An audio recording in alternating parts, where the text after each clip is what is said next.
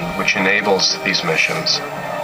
The network acquires radiometric data that's used by navigators for everything from pinpoint landings on Mars to the very precise burns that place spacecraft into orbits around other planets. Also, the DSN's radar system at Goldstone is used to characterize the surfaces of other planetary objects, landing sites on Mars.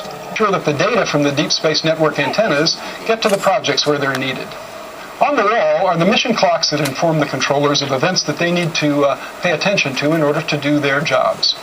You'll notice at the top of those clocks is a designation for UTC, or Universal Time Coordinated. Another word for that is Greenwich Mean Time. That's the standard time that mission controllers use across the world, so they all speak about the same time in the same way. To the right of the clock, the very colorful chart depicts the various missions and spacecraft that the Deep Space Network is tracking.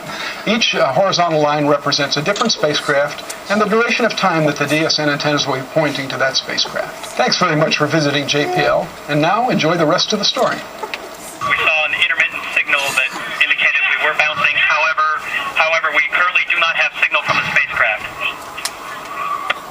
Deep Space Network tracking stations in Canberra and Goldstone are still searching for the primary signal. What do we see?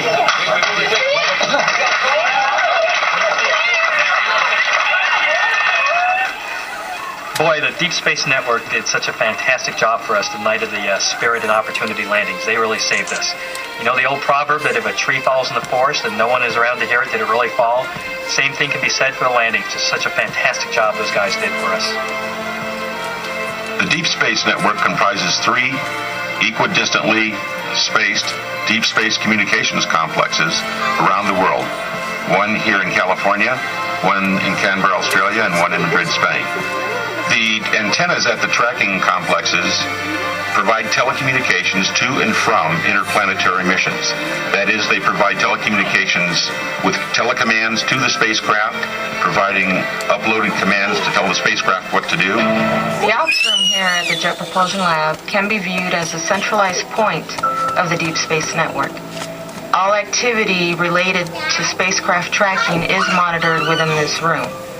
The ops chief and their personnel staff the ops room 24/7 in order to ensure that the sites have all the necessary information required to successfully support these spacecraft tracking activities. At the beginning of the DSN's creation were the Apollo program.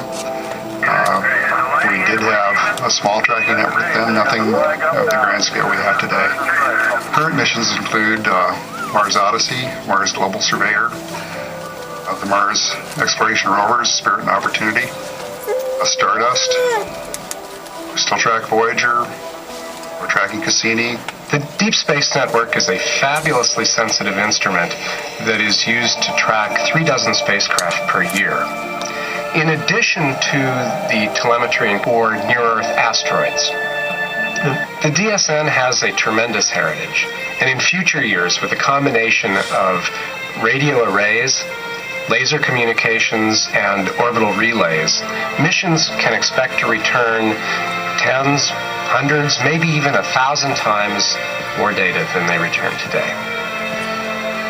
In my opinion, the Deep Space Network is absolutely the most critical link in the Mars program.